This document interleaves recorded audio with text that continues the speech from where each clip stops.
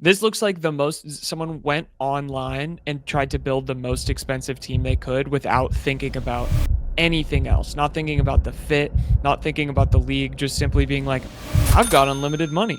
Let's see who I can put together on this lineup graphic. We have to talk about Atlanta United losing to the Chicago Fire. Oh, I'd love to. I have asked this question to Ari, so I need Jeremiah's take. Listen, people complain about Craig Weibel, right? Is Garth a fraud? Man, I think it's important to note that Garth is not the main soccer mind there, but Chris Henderson.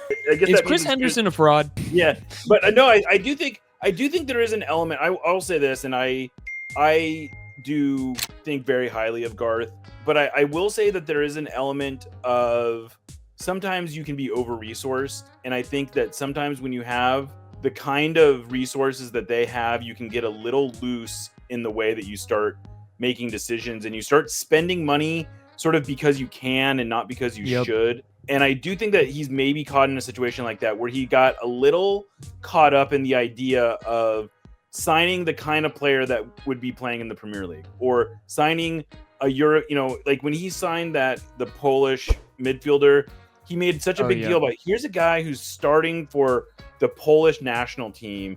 And it's sort of kind of similar when he signed Ladero too, where he's like, this is the number 10 for Boca Juniors. MLS could never sign this guy. And okay, that's true. And that I think it serves you well. But just because a guy starts for a European national team doesn't mean he's necessarily a good fit for what you're doing. I think this Russian guy is even a better example of that, where, he was a good player for Atalanta, but he's not, he wasn't the guy there. He's so bad. Yeah, and that guy looks like the biggest, maybe one of the biggest busts in MLS history. His handball that got that called for a PK today, it literally looked like he was trying to do it. Yeah, he looked like he was playing basketball. Like I haven't seen it. They spent $10 million on that guy. Yeah, I will say Latte Loth is clearly a very good player. Yeah, he's good. Played like shit today though. But like this is but the thing is that he cost you $22 million. He's got as many goals as Danny Musovski. Moose has more now. Moose has more now. Okay, there you go. So there you go. Like I just don't know that MLS is at a point where you can really justify spending $22 million on anyone who's not like gonna sell tickets, right? Yeah. And I don't know that anyone like. I looked at the crowd today in Chicago, and it was like a decent crowd, but it got me thinking, like, look at all the money they spent, and they're not a team that neutrals want to watch. No, I think that's fine that they're spending money.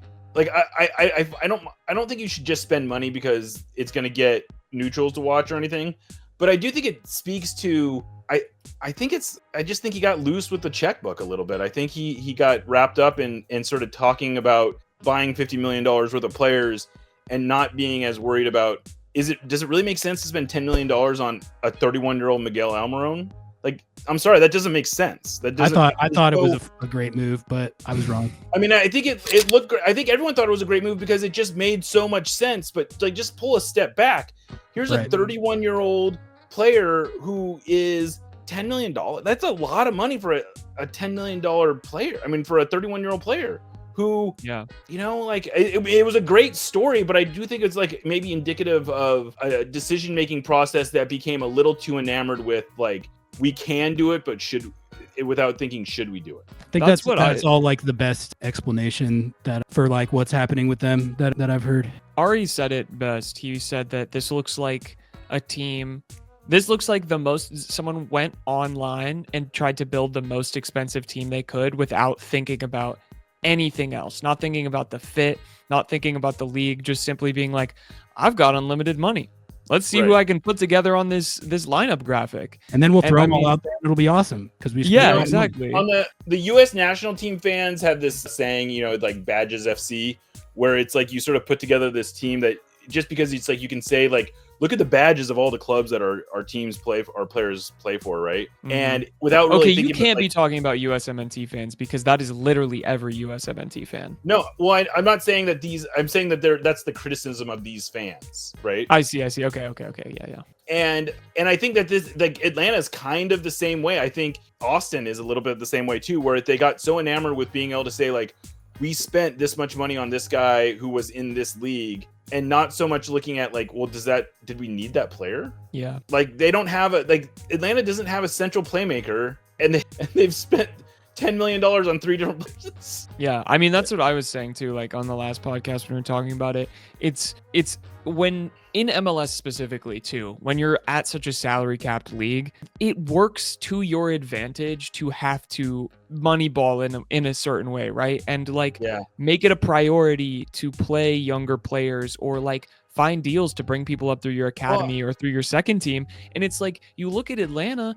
And every time they do that, it's just like, okay, we're just gonna like get rid of that guy. Like, let's not try and build around him or whatever. And I don't want to let the Sounders up the hook here because I do think they could afford to spend more money than they've been spending for the last few years, and I think they have gotten unnecessarily penny pinching in some ways. But I do think it has created a world where the talent identifiers know that they got to fit in a budget. And so they're always looking for a Ryan Kent. They're always looking for a Manungu. They're always looking for, guys who are undervalued somewhere else. And, sometimes it works and sometimes it doesn't. But I do think this is the other thing I think that maybe Garth appreciated, but I think is one of the things that's undoing Atlanta right now is they never really built a club culture. And you can tell. And you can tell exactly. Like the only person they had that was like a club culture guy was the coach that they rode at the end of last year. He'd been their assistant. Who they keep putting in charge. Well, right, and I think they let it. He's in the club anymore? He's gone. And I'm telling you, I really believe this. If they had just let Rob Valentino cook, they would be in a much better because like what you're saying about like culture, like their fans. I follow a lot of their coverage. Their fans talk about all the time, like how the guys out there, they don't look like they're playing for the badge. Like they don't look like the weight of playing for a club like that like really means anything to them. I feel like one thing that I can appreciate about the Sounders is like I never question that whether the players on the field like feel the weight of the badge, and theirs just don't. And that speaks to, I think, like what you're saying. They never did that.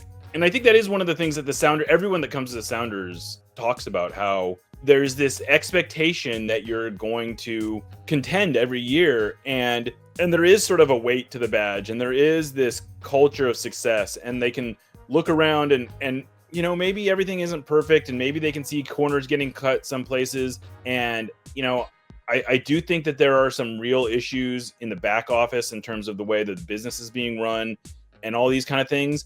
But when it's on the on the field part is just frankly almost unimpeachable. Like they have created a culture of expectation. They have created a culture where excuses just don't fly. And that doesn't mean you win every week, and it doesn't mean you have the best team every week, and it doesn't mean they're going to win trophies every week. But that there is this baseline expectation that that's what they're there to do. And I don't know that any other MLS team really has that. And I do think that's sort of the superpower. And I do think Brian is a big part of that because he can draw. And I think Steph Fry is a big part of that. And I think Christian Roldan. And I think it's important that they can continuously draw lineage back essentially to like, there's no other clubs that can do. And it's not about, they have Brian Schmetzer, the coach who used to play for the NASL Sounders.